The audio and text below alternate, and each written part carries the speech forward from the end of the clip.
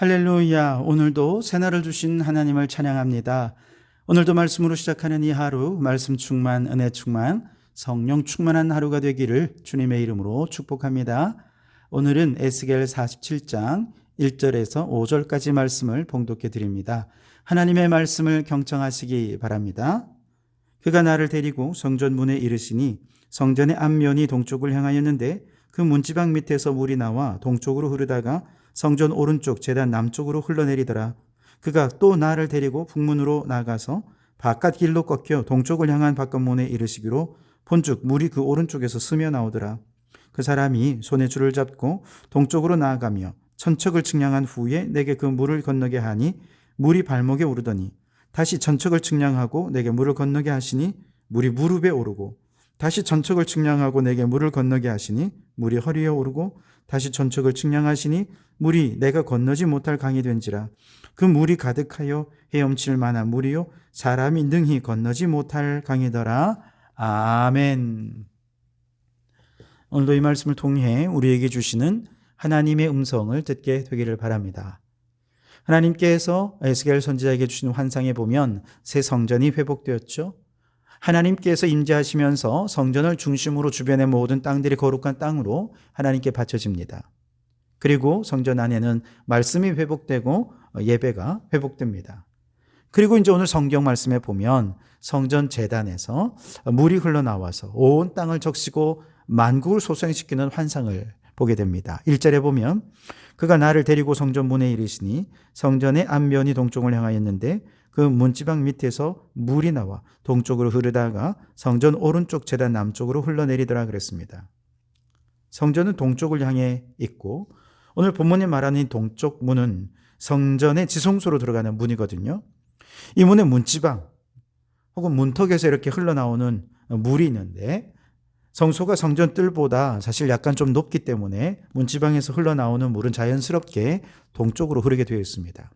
동쪽으로 흐르던 물은 방향을 바꾸어서 남쪽에 있는 번제단을 경유해서 다시 동쪽으로 방향을 틀어서 성전의 바깥뜰을 지난 후에 성전 주변의 벽 아래로 스며듭니다. 그리고 그 물은 바깥뜰을 지나고 다시 길과 동쪽 벽 아래를 지나 들판으로 흘러가는데요. 강원도 태백시에 보면 황지못이라는 연못이 있어요. 겉으로 보기에는 뭐 대단하지도 않고 작은 연못인데 여기서 쉴 새 없이 물이 솟아나오는데 이 물이 남해로 흘러서 낙동강을 이루게 됩니다. 그리고 강원도 태백에는 검룡소라는 못이 있는데 이건 또 한강의 발원지입니다. 황지못이나 검룡소는 그리 크지 않은 작은 연못이지만 사시사철 쉬지 않고 솟아나는 것이 우리 국토와 국민들의 생명줄이 되고 있는 것이죠.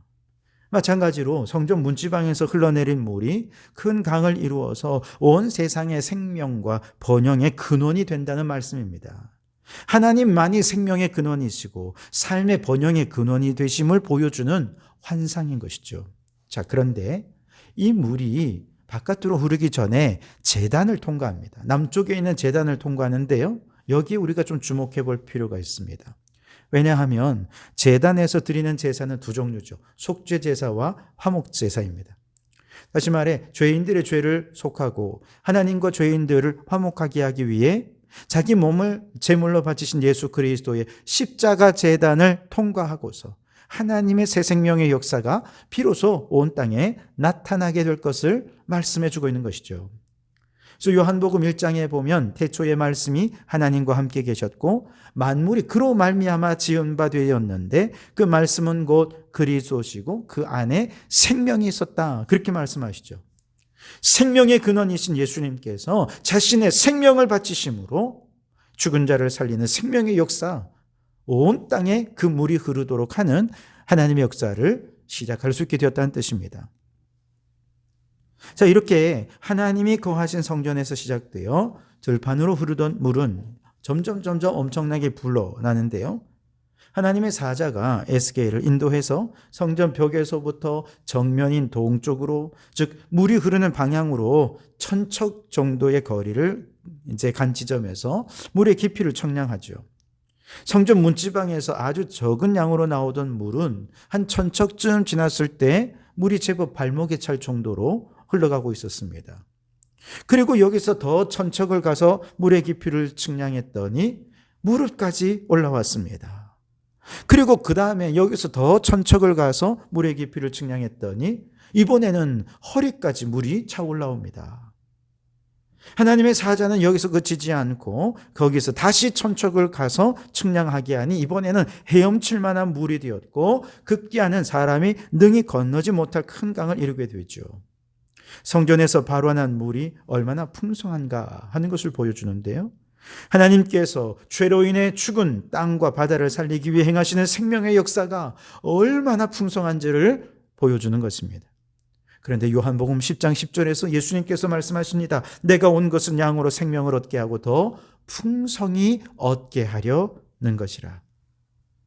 여러분, 정말로 하나님은 우리의 인생들에게 생명을 주실 때 그냥 주시는 게 아니라 풍성한 생명을 누리도록 하기 위해 우리에게 이 생명을 주시는 것이죠. 요한복음 1장 16절에 우리가 그의 충만한 데서 받으니 은혜 위에 은혜로라. 예수 안에 있는 충만함은, 예수 안에 있는 은혜는 생명의 충만함이요, 은혜의 충만함인데 그냥 충만한 게 아니라 그게 얼마나 충만한지 은혜 위에 은혜가 있고 생명 위에 생명이 있는 그만한 풍성함으로 가득하시다는 것이죠. 문제는 예수님을 믿고 구원받은 성도들이 아니 예수님을 믿은데도 그 풍성함을 누리고 있는가라고 질문한다면 아마 확신 있게 대답할 사람은 그리 많지 않을 것입니다. 왜 그럴까요? 예수님은 이미 생명으로 충만하시지만 우리가 생명 안으로 깊이 들어가지 못했기 때문입니다. 풍성한 생명을 누리려면 생명의 주인이신 예수님과 더 깊은 교제를 나누기 위해 교제의 자리로 들어가야 되는데, 그런데 우리는 겨우 일주일에 한 번 교회 나와서 예배 드린 것으로 내가 주님과 교제했어, 여러분 이렇게 얘기한다면 그건 정말 얕은 물에 머무는 것이죠. 어쩌면 발목 정도에 잠기는 은혜를 누리면서 나는 이 정도의 은혜에 만족해, 그렇게 생각하는 것은 아닐까요? 그러나 주님은요, 이 정도로 만족하지 않으십니다. 세상 속에서 우리의 믿음이 쉽게 흔들려 버릴 것입니다. 어려움을 당할 때 내 힘으로 문제를 해결하려 하다가 좌절하고 낙심하겠죠. 하나님을 전적으로 의지하지 못하기 때문에 풍성한 은혜와 위로와 격려와 능력을 경험할 수가 없는 것입니다. 그러나 우리가 진정 생명력 넘치는 삶을 살기를 바란다면 우리의 삶 전체를 주님께 맡겨야 됩니다. 주님을 중심으로 살고 주의 말씀에 온전히 순종하는 자가 되어야 할 것입니다. 수영하는 분들이 수영을 하기 위해 온몸에 힘을 빼고 바다에 몸을 맡길 때 자유롭게 물 위와 물 속을 오가며 헤엄치며 즐기게 되는 것처럼 예수님께 우리의 삶의 주권을 내어 맡기며 은혜 안에 온전히 헤엄치는 삶을 살아갈 때 우리는 주님 안에 있는 생명의 풍성함을, 그 은혜의 풍성함을 누리며 살 수 있게 될 것입니다. 여러분, 우리 예수님은 우리가 예수 안에 있는 풍성한 생명을 누리며 살기를 원하시는 줄 믿으시기 바랍니다. 그러니 여러분, 삶의 주권을 예수님께 맡기고 주님 안에 있는 풍성한 은혜와 생명을 누리며 살아가는 성도들이 되시기를 주님의 이름으로 축원합니다. 성전에서 4,000척 거리쯤 갔던 에스겔은 다시 이제 강물을 따라 거슬러 올라옵니다. 돌아오는 길에 보니 물이 흐르는 강 양쪽 가에 아주 많은 나무들이 자라고 있는 모습을 보았습니다. 나무의 종류도 다양했고 각 나무들마다 그 잎이 아주 무성하게 우겨진 모습으로 서 있었습니다. 이 물은 또 바다를 향해 흘러갔죠. 8절에 보면 그가 내게 이르시되 이 물이 동쪽으로 향해 흘러 아라바로 내려가서 바다에 이르리니 이 흘러내리는 물로 그 바다에 물이 되살아나리라.